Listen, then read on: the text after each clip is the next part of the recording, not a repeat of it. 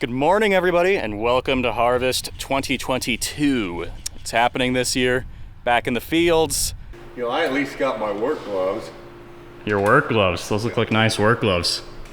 That's for handling materials that is too hot to handle with a bare hand. Excuse me, sir. What? You're supposed to be working. It's sandwich time. Working. There is work to do. What work? Lots of work. I'm working at the sandwich. Meow.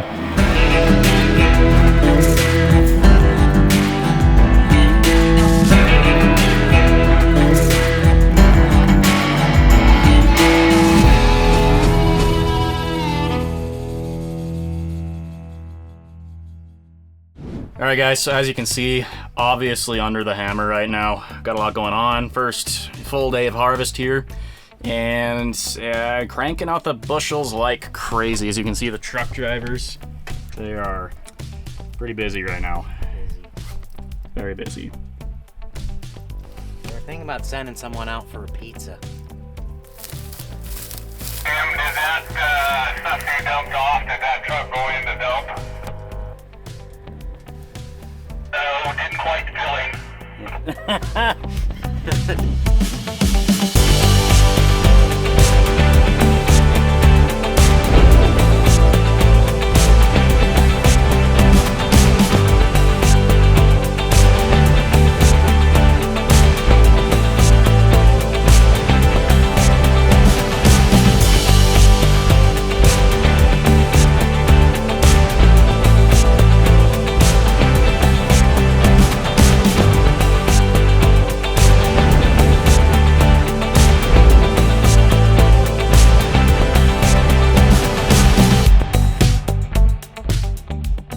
All right, we're in the evening hours now. And after some confusion about a moisture reading off the combine sensor, we've deemed the wheat to be just about on a threshold. So we're gonna air bin everything from this point on. That is what Dad and Noah are doing back there. They're emptying a Kenworth semi-truck, that's with the short trailer, into that air bin. And here's an episode of how many people does it take to dump a truck into a grain bin.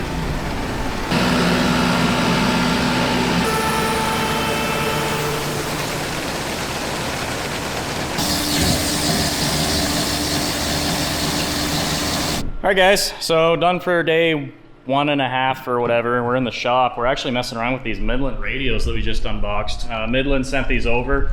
We're gonna test them against our industry standard business band units that we normally use to communicate in the field and see how these stack up. But it's a pretty impressive unit there, Sam. Yes, it is, Riley. Pretty That heavy. is the 50-watt one. Pretty heavy duty. And then we've also got some walkie-talkies. But these are also going to talk with all of these. So we'll see how these stack up against more powerful micromobile units from Midland. It'll be some interesting testing. Okay, we're on the next day now. And we're still harvesting on what's called the Lookout Ridge Point. Now, why do they call this spot right here Lookout Ridge? You can see a long ways that way. This is a pretty cool spot. So stage trucks all up here, and then all the fields are down there. So here we got 8230. It's about to unload to the cart. Oh, there's some sort of mining machine coming up the hill here. Perhaps with a load of winter wheat to go to the bin.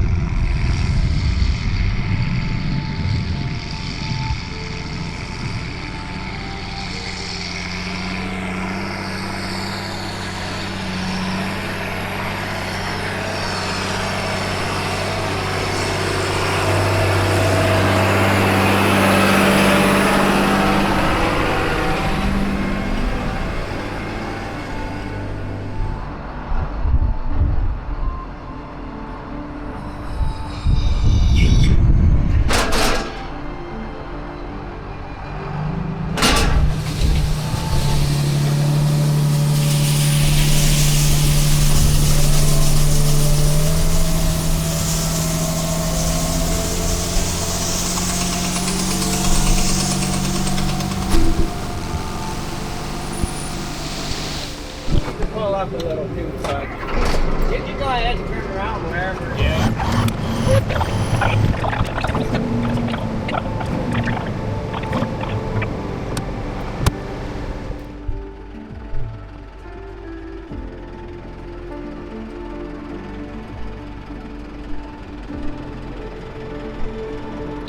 Let's go up a little. Go up. Perfect. Good. So we're pointing it forward on purpose because the grain has a tendency to spill back when emptied into the bin. So that should even it out.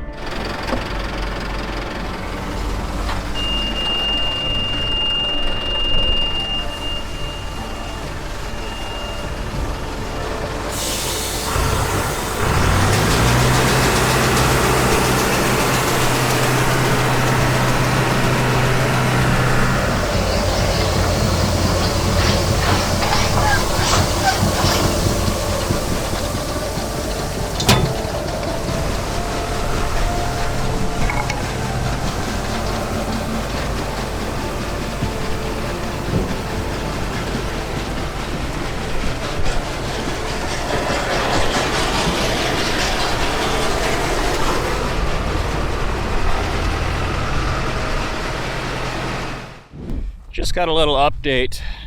Combine is down. We got some sort of a tire issue, and you know that's kind of normal. But what I think maybe is not as normal is what on earth is the tube for the tire doing in the middle of the field?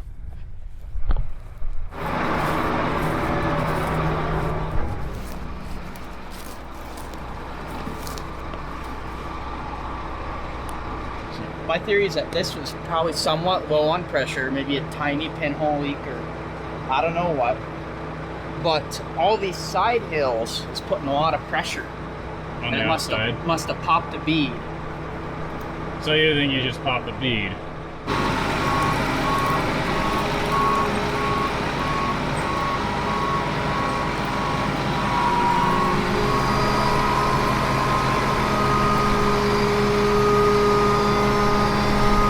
We have something this same height.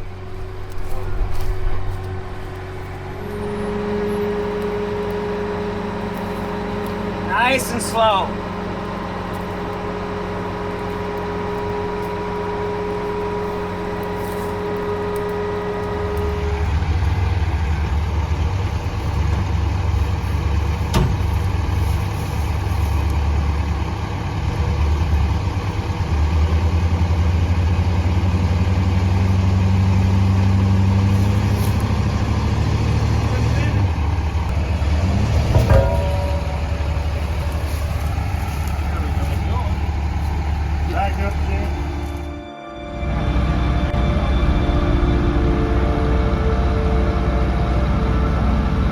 Well, we had a bit of an adrenaline rush with the combine here for a second. If you notice, there's a fire truck parked back there, so that was fun. I guess what happened is Farmer Matt's been running the combine and broke a section, so Grandpa came to help him out with that because he's just sitting in his pickup at the time, and when he pulls up to the front of the combine, the drum in the header, the very end of that, there's flames coming out of it. You know, our internal team fire response was fairly quick. Fire truck was here in about 5 minutes, and we got a tractor with a toolbar, the 435 Steiger. It was on site, so that's good. On a year like this, that is critical. Make sure that you got something to put a fire out close when you're doing this sort of stuff out here. It's warm. Yeah, that's suspicious there. That ain't no rock. I had him.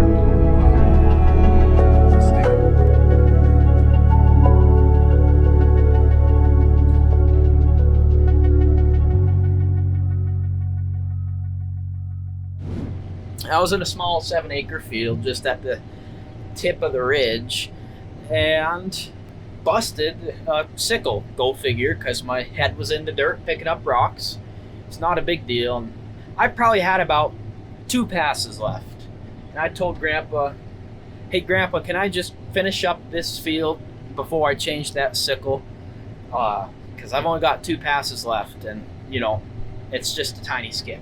Grandpa said no, and let's just change it now. And so when Grandpa pulls his pickup up to the front of my header, I get out and go to the toolbox on the combine to grab the impact and the sockets so we can go and get the sickle change done. And Grandpa all of a sudden screams, "Fire! Fire!" and rushes by me and grabs the big water fire extinguisher and runs back. And I'm just sitting there with the impact in my hand. I'm like, oh shoot. Drop the impact, and there's a little chemical fire extinguisher right on the ladder. I grab that and I run around to the front of the combine where Grandpa was. And right down in the feeder house, right down in there was a little flame. And Grandpa got it out with the water extinguisher. But it turns out that we had a bearing going out in our feeder house. It would be our feeder chain front drum, kind of right in there, that went out. And it got hot, set the grain on fire, and the fire must have crept out to the header where Grandpa saw it. I don't know what to think about it, but I do know one thing. If that hot bearing, if we hadn't found that hot bearing and I had not stopped to do that sickle change, we probably would not have a combine right now. As soon as that fire gets carried into the rotor, inside of the combine is this huge empty chamber, not quite empty, but huge chamber that is just full of dust, and that dust would light up just like that, and there would be no combine. The whole thing would have burnt down.